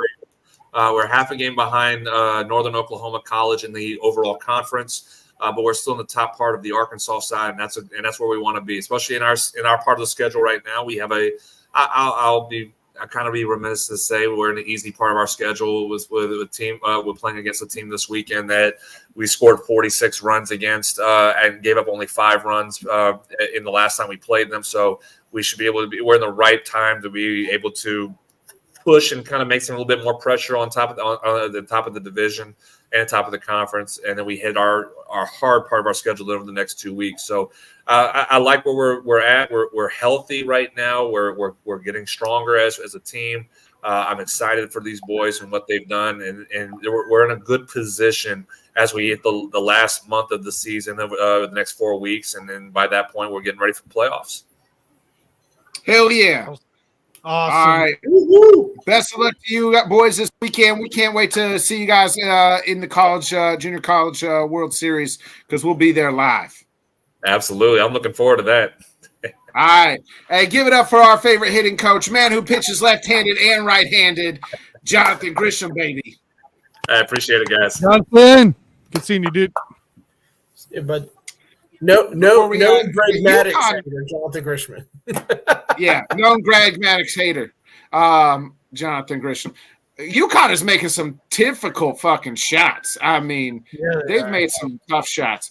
We'll go around the horn for our final thoughts and goodbyes before we get up out of here. Scott, we'll start off with you, Hall of Famer. First of all, shout out to our 5th member, Johnny Caruso. Hope everything is going all right with him. I tried to reach out to him earlier. So that's number 1. Number 2, on the Let's Talk Sports Discord, I will put up my Masters picks for this week on Wednesday, betting wise. So if you want to take those and run with them, you may do so. If not, you may not do so. It doesn't bother me. But those are my final thoughts. Great show again. Monday night's always great. So Tanner. Yeah, fun time to be back here. There is a chance here as of right now. I should be on Thursday, so We'll see if that keeps to par. I'll let you guys know, but it should be here Thursday. Dropping on the Basement Brew Fantasy Football YouTube channel, we got Kirk Cousins and Atlanta Falcons talking about that fantasy impact for Kyle Pitts, Bijan Robinson, all those fun guys. Also the impact for the Minnesota Vikings as well, with Cousins leaving. So that's going to drop tomorrow morning there at 7 a.m. on Basement Brew Fantasy Football. Other than that, like I said, it should be back Thursday. We'll see how it goes, and we'll roll from there. Kyle Pitts, he still play football, Tanner? Yes, and he does. Okay, all right. You might watch this Rob, video if you're in a good league. I will. I will check it out tomorrow morning. We do have a fantasy league. If we got an opening, we'll let you know when the time gets closer. Robert Thomas on Twitter. Look for the thumbs down. Yeah. We appreciate it, Rob. But yeah, we'll once we get our league set up, Rob, we'll reach out to you. Rob has DM'd me asking to come on when football season is, talk a little fantasy football. I said for our number one fan, absolutely. When we get a little closer, usually maybe our Sunday show or so. So I told Rob, when right now we are far out from football right now as far as fantasy wise. Do got the draft. And not as far as you think. It's less than 100 days away from opening night. Yeah, we're getting closer. True that. It'll be here before we know it. Real quick, we didn't mention John Calipari leaving Kentucky. Sam, I know that's was what you love to hear. Headed to Arkansas. Nick, how could you do this? You set him up. Come on. Bye. Bye. I gotta go now. I'll see you guys later. Oh my poor little UK fans. How I argued, you still believe in this guy? Yeah, we do, Sam. He's a winner. You're not winning anything either. And I'm like, not for the last 5 years. You're not either. So here we are, ladies and gentlemen, who defending them last week. Sam, you obviously know nothing about college basketball. It's pretty close. I know about 12% of college basketball. But Sam finished second out of the top 5 of us, by the way. Oh, did I? Well, go me. Anyway, ain't nothing wrong with Silver. Anyway. That's how it works. The guy that doesn't pay attention or knows anything always finishes top 3. Just buffoons his way in, right? I was trying to avoid the basement. That's all I was trying to do. So this news came out, and I had about 16 text messages to send people, and all I got in return were a bunch of middle finger pictures. But just so you all know, they were Roman Reigns fans, Sam. They were Roman Reigns fans. It was not the index finger, sir. Hold on, Sam. Let me ask you, as we give acknowledgments to travelers. Let me ask you something. Did he get fired? No, I didn't say he was going to get fired. No. He left them and took less money. Because you can't. Because I said this in the group chat. He didn't get fired. He didn't get bought out by the university. He left on his own volition. Yeah, with a pay cut. You could say, hold on. You'd say half your argument was correct and half's not correct. No, that's not true, Scott. My entire argument is correct. Half argument is correct. No, because you're saying he should have got fired or bought out. He got neither. I didn't say he should get fired or bought out. I think Sam's argument is just happy that he's gone and he left all the Kentucky fans. Here's what I would say. He couldn't take the pressure of all the fans, so he ran away from it. That's exactly what he did. It's like he's done at his other gigs every time. Yeah, and this is the same argument I bring up to him, and it's like, and he took a pay cut not to be with you anymore. Sorry, Kentucky basketball is just not what it used to be. It's Arkansas, not even like. And I agree. Like when he left Memphis, he upgraded to Arkansas. You know what I mean? Like, and I agree. When he left Memphis, he upgraded to Kentucky, right? When he left Massachusetts, he upgraded to the NBA. Like he upgraded. This was a downgrade. You know what I mean? Like the Arkansas coach left to go to USC. He upgraded right now. And like Calipari downgraded. He downgraded. Damn straight, Robert. And the thing is, Arkansas had somebody else in mind, and they either backed out or they couldn't come to contract terms. So no, I did not do that. So you implied it. No, I did not. So. I don't know who reached out to who, whether Arkansas reached out to Calipari or Calipari reached out to Arkansas. It doesn't matter. But I agree with Nick because year one, he's going to take an $8 million pay cut. But he's going to make his money if they make the tournament and get in there and go on a deep run at Arkansas, he's going to make his money. One and done, baby. For 1 year, he's going to have his salary cut. But I think in the second year, as long as they make a deep tournament run, if they get in, he'll make that money back tenfold. Well, No, he'll be here's fine. what I- He'll still make his money. He just can't stand the pressure. Yeah. He just needs to Well, run I away just from think the pressure. it's not even that. It's just there's so much pressure at Kentucky, right? At Kentucky, they expect you to win a national title and be in the Final Four every year. And if That's you're right. not in the That's Final right. Four, then you're a failure. Doesn't matter what you've done for us it doesn't matter that you went to the Final Four in the previous years or you've won one. It's that you did it. You hadn't do it this year, or you haven't done it in 5 years. You do what he did the last 5 years at Arkansas, they'll build a damn statue for you. That's not a lie. They what- will. What I heard today is watch the name Billy Donovan for Kentucky. I hope so. I hope Billy goes. Get out of Chicago, Billy, and go to Kentucky. Yeah. I don't want Billy in That's Kentucky. the name. I don't want First that. it was Jay I don't Wright. want that. I don't have that bad voodoo towards Billy Donovan. Make him go somewhere else to a better school. Not First it was Kentucky. Jay Wright, but they said that he doesn't like Jay Wright's not coming the back. new direction of college basketball. So Yeah, he's not- that's why he got out. That's why he So got the two out. names that Jay's they've going said to for the stay on Kentucky TV job and do commercials too. is Billy Donovan and Scott Drew from Baylor. Those are the two names they said to watch. I Those, could one see of those- Drew taking it. Yeah, I could see Drew. yeah. So what I really I don't want want to Sam, do was Sam, but shine that visor up nice, turn it sideways, and stick it. yeah. Hold on, let me zoom in with my glasses. What did you say? Anyway, thank you. I will be on with these guys tomorrow. NFL Hall of Fame voter and storied NFL reporter John McClain will be on, and I will be able. I've met him twice. He knows a lot about the Houston and Titans franchise when they were there, and I've already asked him some of these questions, so I'm going to ask him all new questions. And I'm pretty excited. I really love this guy. I can't wait till he writes a book. Ask him who the Texans are taking in the draft, so I can make some money. You got it. He's But, great. He's so I'm great. They won't be It's taking a exciting. wide receiver, Scott. They won't be taking a wide receiver in the first round. I promise you that. Houston, no, they don't have a first round pick, so I know they won't be taking a wide receiver. They gave up their first round pick to Minnesota. So This is my final thought. This has been another great show as I did this show with a belly full of sardine milkshake. Well, half, I guess I threw up some of it. So the milkshake brings all the boys to the it's always a pleasure, man. I honestly, if you're, it's crazy, really behind the scenes. Come back, John. Yeah. John, you dropped your shoe in your closet. Sam lost connection. We don't know what happened to him as Carlos drops him off the feed. Just see my foot dangling in the background behind John as I slowly descend.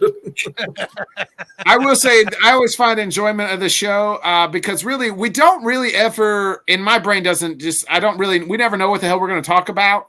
And then we get in great discussions like we did tonight about whether or not Greg Maddox could pitch in today's game. So we don't ever really know what the hell we're going to talk about. We never do. No. We don't discuss anything really. We have an idea sometimes, but for the most part, that's it. It's just an idea. And so I always enjoy our developmental things on the show, whether people enjoy it or not. I hope they do or laugh so I always enjoy it. So. What is the top 10 Thursday night? Are we going to do top 10 I don't know. swimsuit models? Is that what Sable's number one, baby. Sable. No, who is Not wrong. Oh no, you know who it is? Martha Stewart's my number one, baby. She just proposed nude, I think. That gilf, man. I think mine's Martha Stewart, baby. top I 10 truly Tennessee, treasure it. top 10 Kansas City Chiefs of all time. Oh about God. Well, that's number one. We'll figure out our top 10 later. Yeah. Right. So be a friend, We'll chat. tell a friend, folks. We'll be back Thursday night, 8:00 Central, 9 Eastern. We'll talk about all the new stuff in sports. UConn's going to be back-to-back national champions for the first time since the Gators. I mean, Gators. it's 59-42. Hey, there's still a chance for dude. be There's still friend, 8 minutes left. 10 minutes left. They ain't Who fucking is gonna coming back. be my Huskies next year. Be a friend. Pick. Tell a friend. You're Like, wrong. subscribe, share. See you guys. Tanner, hit that outro. I'll be your sledgehammer. Baby, Oh. why don't you call my name? Sunny clips of the heart. Joining us, and until next time, let's talk sport, friends. Thanks for watching.